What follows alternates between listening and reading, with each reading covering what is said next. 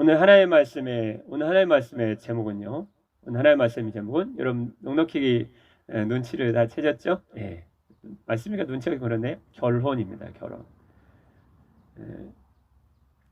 제가 저도 목회자니까 설교 준비를 좀 많이 해봤을 거 아니에요. 그래도 많이는 모르겠지만 어느 정도 했을 거 아니에요. 날마다 말씀만 보고 사니까 목회자 뭐 하겠어요. 날마다 말씀 뭐 기도하는 게 그게 목회자 일이죠. 근데 결혼에 대해서 준비하면요 자료가 엄청나게 많습니다. 읽다가 질릴 정도로 많아요. 진짜 자료가. 웬만한 자료들은 뭐 누구서 목회자 설교한 자료라든가 뭐 보면 어느 정도 하면 끝이 나요. 그냥 많지 않아요. 그렇게만 해도. 근데 결혼은 참 사람들의 관심사항인 것 같아요. 관심사항이다라는 것은 두 가지 면이 있겠죠. 오늘 말씀에 중심되는 것처럼요. 참 관심 있다라고 보는 경우도 있고요. 두 번째는요. 관심 있긴 한데 고난이 있어 라는 두 가지 면 항상 양면을 갖고 있죠. 사람들은 결혼에 대해서 항상 두 가지. 그러니까 결혼해도 결혼 안 해도 후회, 결혼해도 후회다. 뭐 그런 농담 삼아 하는 얘기도 있지만 오늘 하나의 말씀은 결혼입니다. 오늘 주님께서 무엇이라 말씀해 주셨을까요?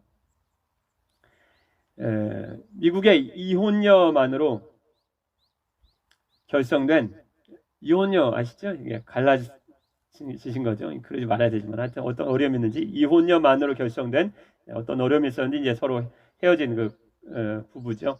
이혼녀만으로 결성된 미국 잭슨빌의 플로리다 이혼자 협회가 발족된 지 불과 5개월밖에 안 되는 5개월 남짓 되어 일찌감치 붕괴의 위기에 빠져 있었다고 합니다. 세운 지 이혼자 협회를 만들었는데 5개월 만에 이제 그만둬야 되겠다. 이게 붕괴의 위기에 빠져 있었다는 거죠. 왜 그랬냐면요. 회원 중에 재혼하여 자기 이혼녀만 들어갈 수 있으니까요. 자격을 상실하는 자가 속출했기 때문에 창립한 마크 오스틴이라는 사람은 이렇게 말했습니다. 이혼녀만으로 이제 협회를 만들었는데 회원들이 막 계속 재혼을 해버리는 거예요. 이혼녀가 계속 있어야 되는데 그래가지고 이 이혼자 협회인 플로리다 이혼자 협회를 만든 이 창립자 마크 오스틴이 이런 일을 벌어진 걸 딱 보고 이렇게 얘기했답니다. 이런 견이 나 창립한 지 10주일도 못 돼요. 10달도 아니고 10년도 아니고 10주일, 일주일이지 10주일도 안 돼요. 10주일도 못 돼요. 모범적인 회원이 5이나 재혼을 협회를 떠나다니 그럼 산탄했다고 합니다. 웃어야 될지 울어야 될지 모르지만요.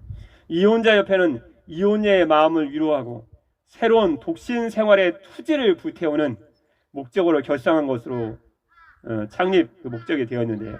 플로리다에서만 수백 명의 회원이 모여들었다고 합니다. 관심 딱 있으니까 모여들었어요. 10주일도 안 돼서 붕괴 위험에 찾아온 거죠. 그런데 협회의 이사로 있었던 두 사람이 먼저 재혼하고 이사 두 사람이 이혼협회 이사 두 사람이 먼저 재혼하고 이사회 의장이 독신을 참지 못해 재혼하는 등 협회의 간부들이 이제 웃어야 될지 울어야 될지 모르겠지만요. 잇따라 결혼의 매력에 굴복하여 협회를 떠나는 바람에 그래서 이 붕괴의 위험에 찾아와서 이런 변이 있나 이러면서 창립자인 마크 오스틴이 한탄했다는 얘기가 실린 기사를 보았습니다. 이에 크게 실망한 창립자인 마크 오스틴이 이렇게 마지막 말을 했다고 그러죠. 이제 협회의 앞날이 캄캄하구만 그랬답니다. 이제 협회의 앞날이 캄캄하구만. 그런데 마태복음 19장 3절 말씀에 보면요. 바리새인들이 예수님을 시험하려고 똑같은 질문을 던집니다. 바리새인들이 예수께 나와 그를 시험하이로되 마태복음 19장 3절 말씀인데요. 예수님께 이렇게 질문합니다. 바리새인이요. 사람이 어떤 이유가 있으면 무슨 구실만 있으면 남편이 아내를 버려도 좋습니까? 그렇게 물어본 거예요. 그게 좀 가뜩하게 결혼하면 잘 살아야 될 텐데 이때 당시 사람들 마음이 약해가지고 무슨 구실만 생기면 내가 아내를 버려도 합당하냐는 거예요. 이 질문을 하고 싶다는 거예요. 이 질문을 가지고 예수님 올무에 딱 걸려고 했다는 거죠. 그때 예수께서 대답하여 이르시되 하나님 말씀을 전합니다. 결혼에 대한 뜻을 하나님 아들 예수님이 직접 전해 주십니다. 사람을 지으신 이가 본래 그들을 남자와 여자로 지으시고 말씀하시기를 그러므로 사람이 그 부모를 떠나서 아내에게 합하여 그 둘이 한 몸이 될지니라 하신 것을 읽지 못하였느냐? 바리새인도 성경 너무 잘 아니까 성경에서 그 말씀 하나님께서 하시니 말씀 읽지 못하였느냐 그렇게 물어보는 거예요. 그런즉 예수님의 말씀이 계속되십니다. 이제 둘이 아니요 남자 아니면 둘이 아니요 한 몸이니 그러므로 하나님이 짝지어 주신 것을 여러분 많이 들어보셨죠? 사람이 나누지 못하였지니라 그렇게 말씀하신 거예요. 그런데 궁금한 거죠. 구약에는 모세가 이혼증 써서 내버리는 걸 허락했거든요. 그래서 또 바리새인 이렇게 얘기합니다. 그거 알지요? 그런데요, 모세는 이혼증서를 주어서 버리라고 명했는데요. 너무 잘하는 거예요. 주의 말씀을, 구약성의 말씀을요. 그래서 예수께서 이렇게 다시 말씀하십니다. 마태복음 19장 8절 말씀이에요. 예수께서 이르시되 모세가 너희 마음의 완악함 때문에 아내 버림을 허락하였거니와 너희 마음의 완악함 때문에 허락한 거지 본래는 그렇지 않다는 거예요. 본래는 그렇지 아니하니라. 그러니까 하나님의 남자 여자를 만나게 하시고 헤어지는 것이 주님의 뜻이라는 거예요? 아니라는 거예요? 그게 아니라는 거예요. 모세는요 왜 그렇게 말씀했는데 그건 너희 마음이 완악하니까 이혼 증서를 받아서 딴 사람이라도 만날 거 아니라는 거예요. 그때는 구약 당시에는 그랬거든요. 내가 너에게 말하노니 누구든지 음행한 이후에 아내를 버리고 다른 데 장가드는 자는 간음함이니라. 아내가 있는데 다 버리고 다른 데 장가들었어요? 그러면 그 간음한 거래요. 이 말씀을 두고 제자들이 기겁합니다. 그래서 이렇게 질문합니다. 그러면 제자들이 그 말을 바리새인들이 질문했는데 이 질문을 예수님께서 결혼에 엄격한 규제를 제대로 딱 말씀하던 보고 제도 옆에서 가만히 있다가 가만히 있고 가만히 듣다가 보니까 가만히 있으라고 그랬는데 결혼 제도가 자기가 생각하고 알고 있었던 건 너무 엄격한 거예요. 아니 결혼해서 두 사람 맺다 마음 안 맞으면 헤어져도 되지 않습니까? 라고 본인은 생각하고 있었거든요. 제자들도. 그게 구약의 법이었어요. 이혼 증서만 주면 됐어요. 그게. 근데 주님이 완악하다. 그리고 니네들 마음이 완악해서 그런 것이다. 헤어지면 안 된다. 헤어져서 결혼하면 더 가늠한 것이다. 이렇게 말하니까 바리새인들은 가만히 있는데 제자들이 두고 나섭니다. 그러면 주님 장가되지 않는 것이 좋겠네요. 제자들이 가만히 듣다가 그러면 결혼이란 제도가 사람이 이렇게 엄격하게 이게 조이는 것 같이 느껴진다면 저 결혼 안 하는 게 낫지 않습니까? 그렇게 얘기한 거예요. 그때 주님 말씀은 하나님께서 그 결혼한 사람은 결혼이라는 사람 부른 사람 결혼해야 되고 결혼이 혼자 사는 것에 부른 사람은 그렇게 살면 된다. 그렇게 주님이 말씀하시죠. 또 제자들의 이런 말은 현대인들의 결혼에 대한 생각을 아주 단적으로 말씀하는 것 같아요. 마음에 들면 결혼하고 마음에 들지 않으면 결혼 안 해, 헤어져도 되지 않습니까? 요즘 다 드라마들이 그런 얘기 아니에요. 다. 그래갖고 다 무슨 관계 그러잖아요. 현대인들의 말을 꼭 제자들이 제자 대변하는 것 같아요. 만일 사람이 그렇지인데 제자들이 이러되 만일 사람이 아내에게 이같이 할진데 이렇게 결혼이라는 제도가 우리를 엄격하게 이렇게 자꾸 관리하고 그렇게 두른다면 장가되지 않는 것이 좋겠습니다. 현대인들 말처럼 우리가 마음에 들면 헤어지고 마음에 들면 결혼하고 마음에 들지 않으면 헤어지면 되는 것이 결혼 제도인 줄 알았는데 이렇게 우리를 얽맨다고 이게 우리 삶을 어렵게 만든다고 한다면 헤어지도 못하고 이렇게 산다면 마음 안 맞는 사람하고 산다고 한다면 결혼 안 하는 것 좋지 않습니까? 제자들의 말은 현대인들의 우리의 결혼과는 아주 대변하는 듯합니다. 마음에 들면 같이 살고 마음에 안 들면 헤어져도 된다. 우리들의 생각과 많이 대변하는 것 같죠. 제자들의 말이 꼭 현대인들의 결혼에 대한 생각을 대변하는 것 같습니다. 현대인들의 결혼에 대한 생각을 대변하는 듯한 말을 하는 프랑스의 위대한 철학자 몽테뉴를 이렇게 얘기했습니다. 참 마음에 와닿는 얘기인가요? 결혼이란 하도 자료가 많아갖고 찾고 찾다 보니까 재밌는 말이 많이 있어서 한번 인용해 봅니다. 결혼이란 몽테뉴의 말입니다. 결혼이란 새 장과 같다. 새 장 아시죠? 밖에 있는 새, 안에 있는 새. 새 장과 같다. 밖에 있는 자는 길을 쓰고 결혼이란 안으로 들어오려고 하고 안에 있는 자는 길을 쓰고 밖으로 나가려고 한다. 이게 마음이 와닿으시나요? 결혼 안 한 사람 청춘남녀는 어떻게든 뭐지 꽃만 피면 다 손잡고 돌아다녀요. 아유, 근데 어른들이 그러죠. 니네 결혼해봐. 그 손잡고 다니겠나. 그 결혼하지 않은 사람은 마치 새 장 밖에 있는 사람 같아서 길을 쓰고 안으로 들어오려 한다는 거예요.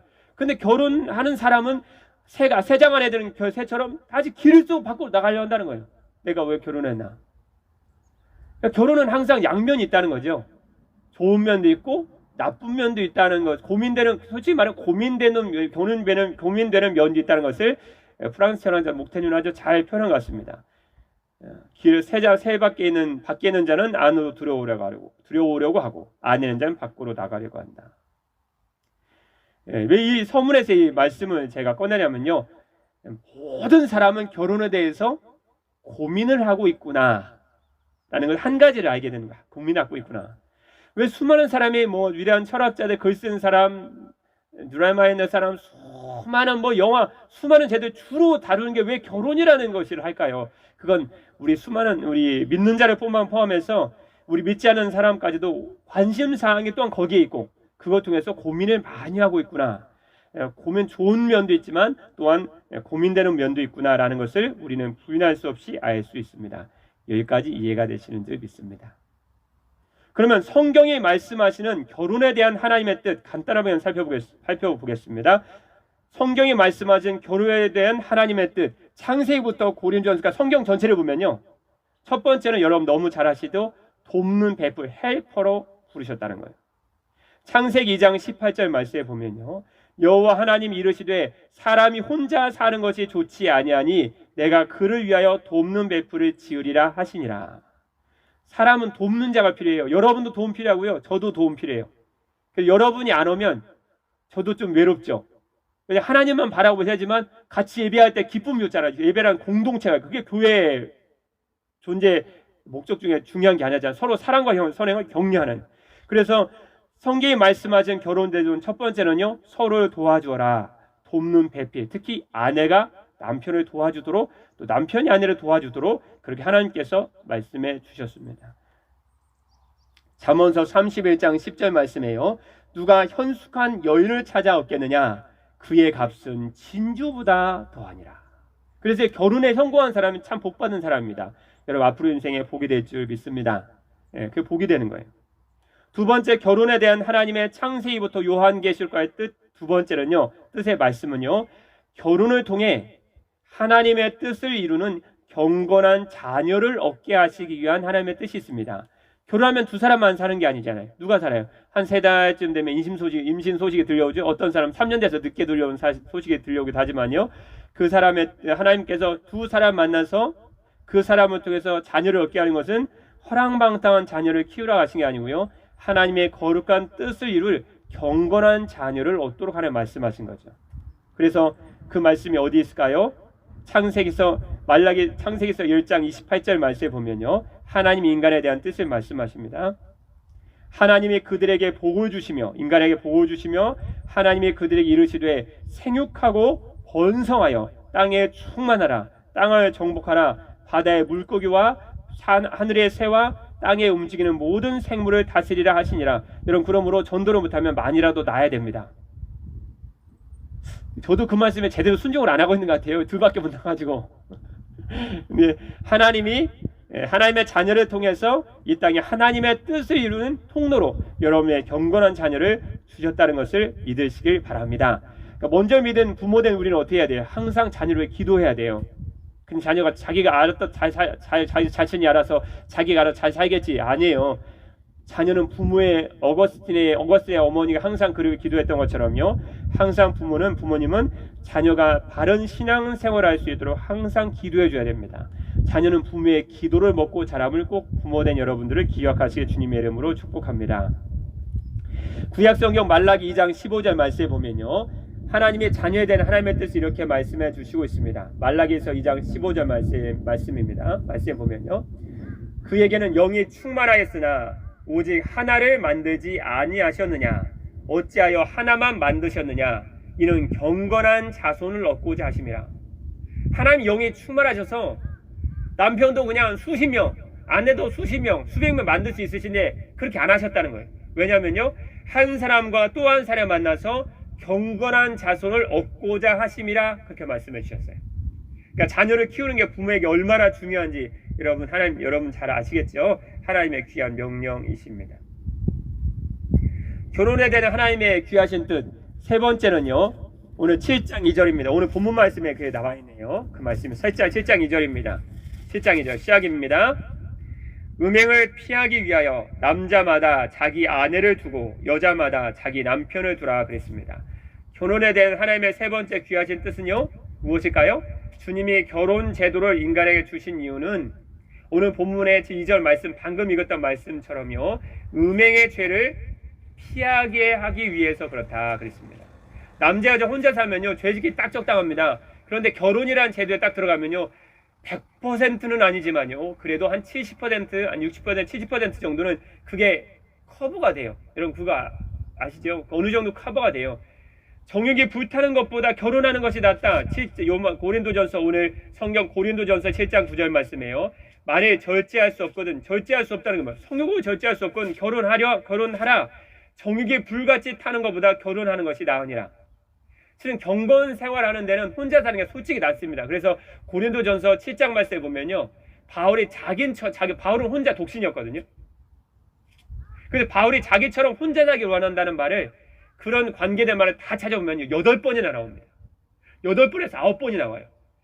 결혼에 대해서 바울이 좋은 점도 하나님의 뜻을 이루고 돕는 자, 또는 뭐 음행을 피한다거나 경건한 자녀를 얻게 하신다는 귀하신 뜻이 분명히 있어요. 하나님께서 결혼 제도를 만드신 거예요. 다른 사람 만든 게 아니에요. 인간이 만든 제도가 아니에요. 그런데도 불구하고 바울이 오늘 말씀 통해서 결혼에 대한 또 다른 말씀을 주시는데요, 거기에 대해서 오늘은 여러분 좀 초점을 맞춰 주셨으면 좋겠습니다. 오늘 본문 말씀을 통해서, 오늘 말씀은 중요한 주제니까요, 중요한 본문이니까 고린도전서 7장 말씀을 통해서 바울을 통해 주신 결혼에 대한 말씀, 방금 전 말씀은요, 창세기부터 요한계시록까지 결혼 제도를 만든 결혼을 통해서 주님이 주시고자 하는 하나님의 뜻과 계획에 대해서 말씀드렸고요. 이제부터는 오늘 본문 말씀이 고린도전서 7장이기 때문에요, 고린도전서 7장 말씀을 통해 하나님이 또 다르게 바울을 통해 말씀하시는 결혼에 대한 3가지의 말씀입니다. 오늘 간단하게만 살펴보겠는데요, 오래 걸리지는 않습니다.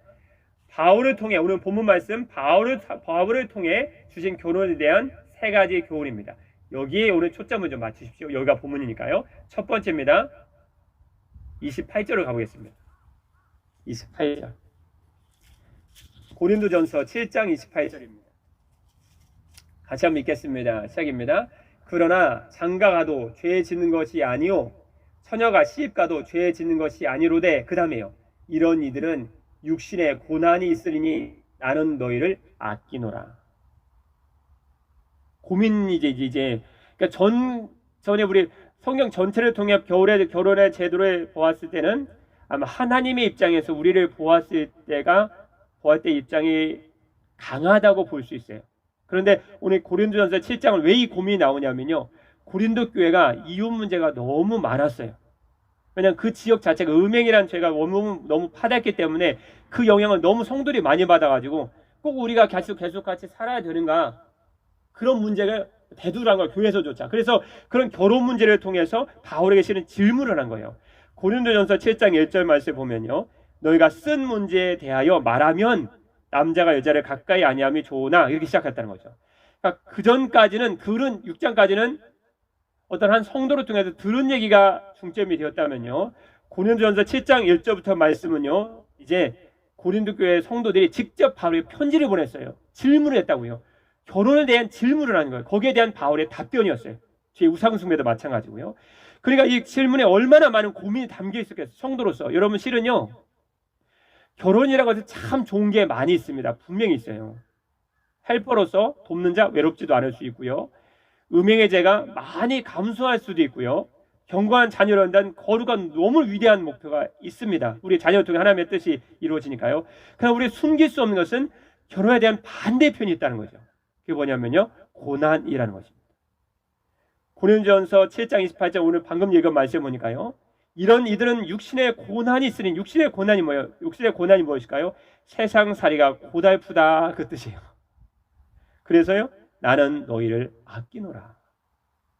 이것도 전혀 무시할 수가 없어요. 왜 이 문제를 왜 다뤄야 되죠? 그래야 이혼을 막을 수가 있어요. 그래야 결혼 생활이 바르게 갈 수 있어요. 장밋빛 환상만 보여주고서는 이 결혼을 완벽하게 하나님의 뜻대로 이룰 수 없어요. 그래서 실은 결혼이란 장은요, 하나님의 뜻을 이루는 곳이지 내가 행복을 완벽하게 얻을 수 있는 곳이라 생각하면 그때부터 문제가 빨간불이 들어옵니다. 여러분, 결혼은 분명히 내가 인생에 혼자 있을 때보다 얻을 수 있는 많은 만족을 얻을 수 있는 건 사실이에요. 그렇지만 고린도전서 7장, 즉 성경을 통해, 성경에서 우리 주님이 말씀한 분명한 한 가지 사실은요, 그럼에도 불구하고 결혼을 통해서 우리에게 다가오는 육신의 고난이 있으리니 나는 너희를 아낀다. 고민을 하라는 거예요. 그래서 결혼에 관한 그면 재미있는 게 있더라고요. 한 번 결혼하는 것은 의무요, 두 번은 어리석음이요, 세 번째는 광기다. 한참 웃었는데요. 네. 결혼에 대한 고민이 담긴 이야기다. 그냥 그렇게만 듣고 지나가면 되겠습니다. 사람이 한 얘기가 그렇게 중요하지 않습니다. 이 부분. 두 번째 부분이요. 결혼에는 육신의 고난이 있구나. 그건 뭐 여러분도 다 따라오시죠. 뭐 결혼하다 티격태격 싸우신 분, 한 번도 안 싸우신 분, 여러분은 정상이 아니십니다. 오늘 바로 병원에 가보십시오. 다 싸워요, 다 싸워. 네. 결혼은 왜 싸우게 되는가? 연약한 사람 연약하잖아요. 연약한 두 사람이 만났습니다. 그럼 온전해질까요? No, 안 그래요. 연약한 두 사람이 만나서 온전해지고 싶어 만났는데 여전히 불완전해요. 그러면 왜 결혼이 어려운가? 두 가지 이유 때문에 그렇습니다. 첫 번째는 둘 다 연약해요. 두 번째는 서로 달라요. 또 서로 다름도 어려운데 다름에다가 연약함까지 겹쳐지니 다투죠. 그래서 결혼에는 육신의 고난이 따른다. 두 번째, 결혼에는요 31절 말씀입니다. 31절 말씀입니다. 이제 점점 핵심에서 핵심으로 계속 가네요. 31절 말씀입니다. 고린도전서 7장 31절 시작입니다. 세상 물건을 쓰는 자들은 다 쓰지 못하는 자 같이 하라. 그 다음에요, 이 세상의 외형 형적은 지나갑니다. 여러분, 결혼이라는 것부터 생각하시고, 결혼이라는 것도 또한 다 포함되겠지만 모든 세상사를 생각하실 때요 31절 말씀을 꼭 기억하십시오. 무슨 말씀을 주셨어요? 31절 끝에 보니까 이 세상의 외형은 다 지나간다는 거예요. 그게 무슨 말씀이 있을까요? 이 세상에 있는 모든 것, 결혼, 자녀교육, 시기, 다툼, 미움, 불신, 다 모든 것은요, 인간이 갖는 모든 것은요 다 지나가요. 이 말씀 왜 우리에게 주셨을까요? 그래서 너무 그것에 매이지 말라는 거예요. 굉장히 중요한 관점입니다. 여러분, 너무 우리가 세상 일에 매이는 경우가 많이 있어요. 뭐 저 남자 아니면 못 살 것 같아. 여러분, 그런 생각하지 마십시오. 없어도 삽니다. 우린 주님만 있으면 살아요. 저 남자 여자 없어도 못 살 것 같아. 그런 생각하지 말라는 거예요. 왜요? 결혼은 하나님의 거룩한 뜻을 이루기 위한 첫 번째 목적이 있지요. 결혼 자체가 목적이 있지 않다고 밝히는 것이 성경입니다. 결혼을 목적이라 밝힌 적이 없어요, 성경은요. 그럼 결혼은요, 하나님의 뜻을 이루는 통로가 될 뿐이에요. 방편이 될 뿐이에요. 그러면 결혼에 대한 바른 생각은 무엇인가? 우리의 만족이 하나님께만 있음을 기억하고 이 땅의 모든 것은 다 지나간다는 거예요. 그럼 무엇 때문에 고민하십니까? 무엇 때문에 고민하세요? 그럼 무엇 때문에 고민하시죠? 다 이 세상일 때 고민하신 거 아십니까? 이 세상일 때 고민한 거 아니세요? 저 사람 용서할 수 없어. 나 저 사람 싫어. 나 저거 싫어. 왜 내가 결혼한 거야? 진짜 어떻게 할 수 없네. 내가 주님 믿는 사람 돼가지고 전에 같으면 내가 확 어떻게 해볼 텐데 내가 예수 믿다가 내가 이렇게 됐잖아. 제자들처럼. 왜 내가 저 직장을 들어가냐? 내가 저 사람 왜 만난 거야? 그렇게 생각할 필요가 없는 게 너무 묵상하지 마세요. 이 세상 형제는 다 지나가는 거예요. 어제 뉴스 오늘 기억 안 나고 오늘 뉴스 내일 기억 안 나요. 아무리 사람이 경제 어려움이 얻었거든요. 10년 가겠습니까? 10년 가겠어요? 100년 가겠어요? 안 가요. 너무 사람에 매이거나 그 사람이 나한테 어떻게 해줄 거예요? 그러면 어떻게 해줄 거냐는 거예요. 솔직히 한번 생각해 봅시다. 그 사람이 어떻게 해줄 거예요? 묵상할 필요 없어요. 이 세상 영재는 다 지나가요. 좋은 대학이요? 기껏 몇십 년. 아무 의미 없더라고. 다 지나가요. 사람도 지나가고 직장도 지나가고 인간관계도 지나가고 결혼도 지나가고 이세 소망이라고 붙었던 여기는 모든 것도 다 지나가요. 그럼 무엇만이 여기에 영원하냐는 거예요. 이제 결론 세 번째죠.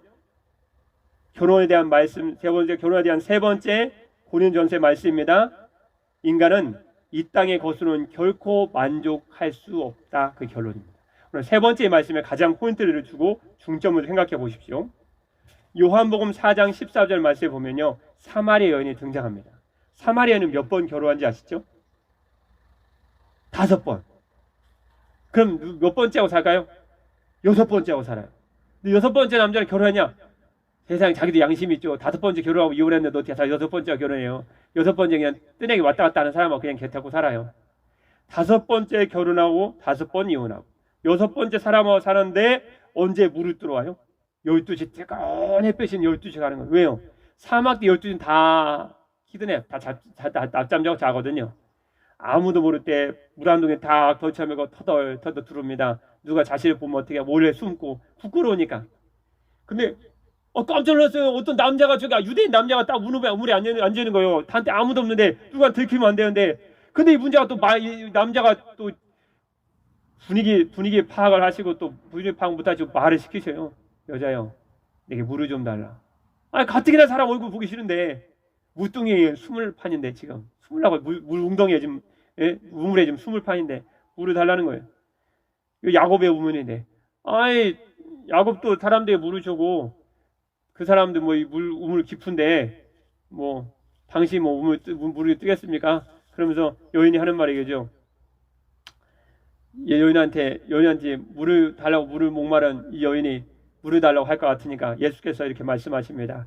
요한복음 4장 13절 말씀에 결혼 오래 만년 5번 한 여인에게 예수께서 대답하여 이르시되 이 물을 마시는 자마다 다시 목마르려니와 내가 주는 물을 마시는 자는 영원히 목마르지 아니하리니 내가 주는 물은 그 속에서 영생하도록 솟아나는 샘물이 되리라.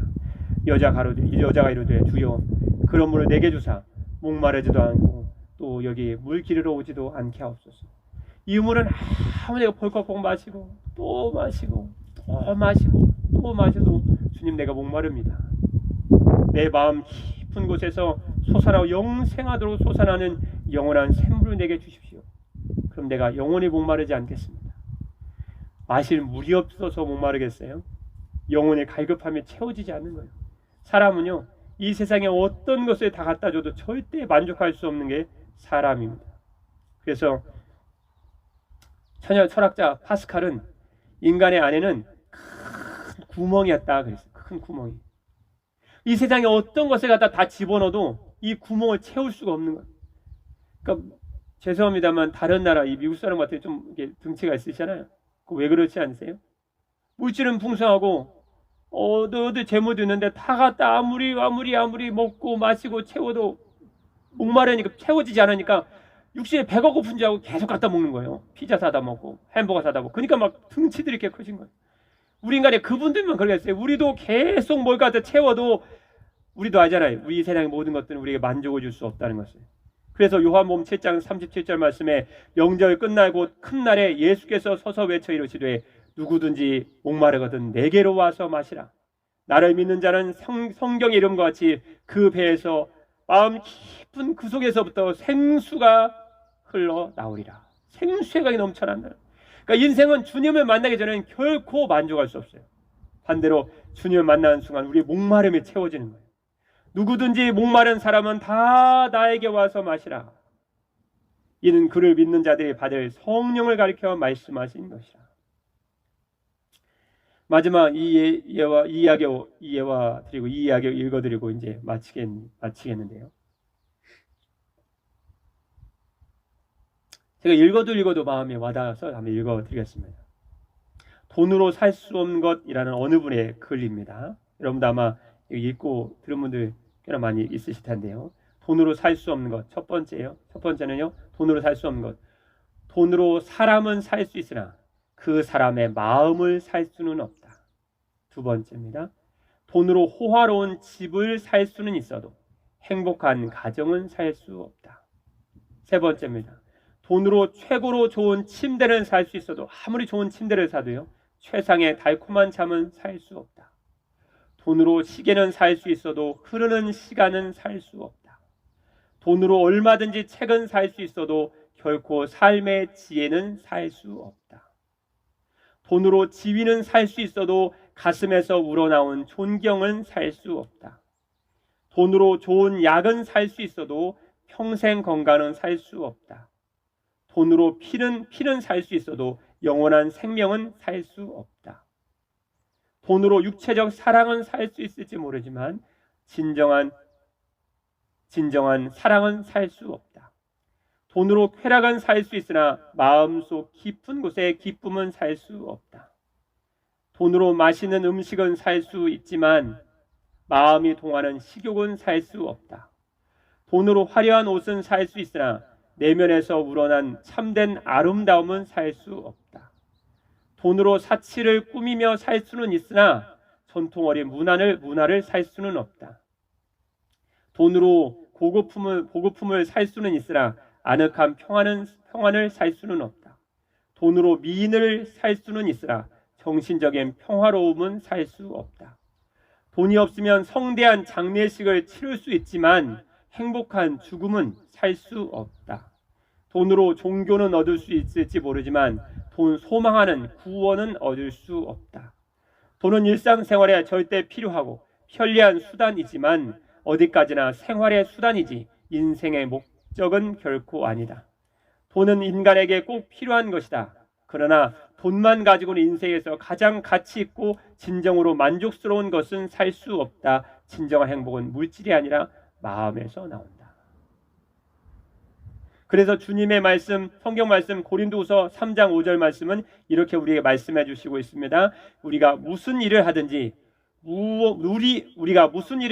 우리에게서 난 것까지 스스로 만족할 것이 아니니 우리의 만족은 오직 하나님으로부터 나느니라. 그러니까 인생은 주님을 만나기 전에는 결코 만족할 수 없다라는 것입니다. 그래서 오늘 성경 고린도전서 7장 32절 말씀이에요. 너희가 염려 없기를 원하노라. 장가 가지 않은 자는 주의 일을 염려하여 어찌하여야 주를 기쁘시게 할까 하되 그랬습니다. 디모데후서 2장 4절 말씀에 보면요. 병사로 복무하는 자는 자기 생활에 얽매는 자가 하나도 없나니 이는 병사로 모집한 자를 기쁘게 하려 함이라.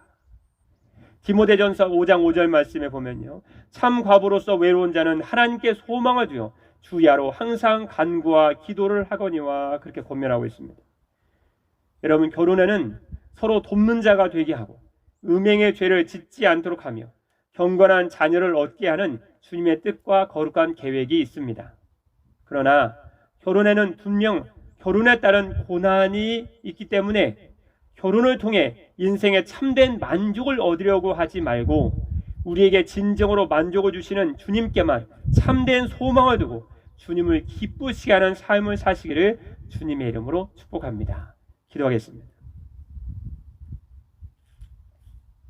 내 백성이 두 가지 악을 행하였나니 곧 그들이 생수의 근원되는 나를 버린 것과 스스로 웅덩이를 판 것인데 그것은 그물을 가두지 못할 터진 웅덩이들이니라.